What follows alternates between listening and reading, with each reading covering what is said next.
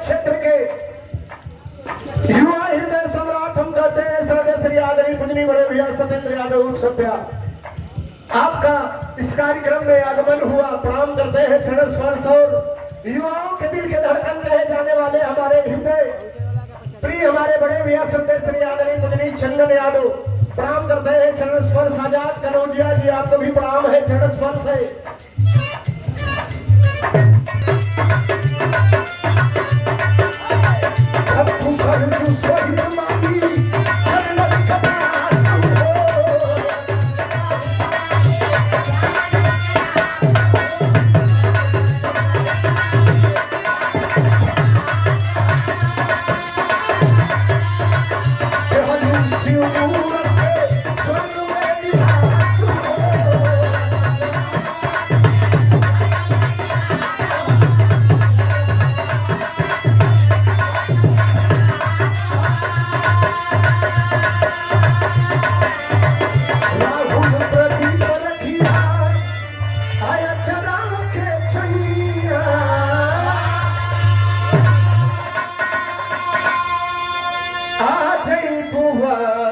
सारद मैया मैया हो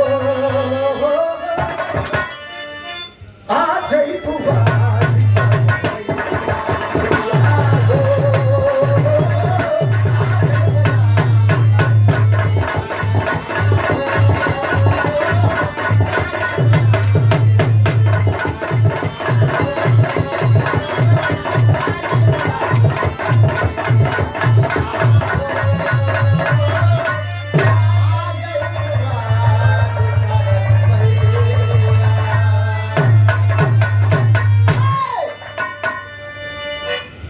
भक्ति महिंदा होगी मास्टर पारिवारिक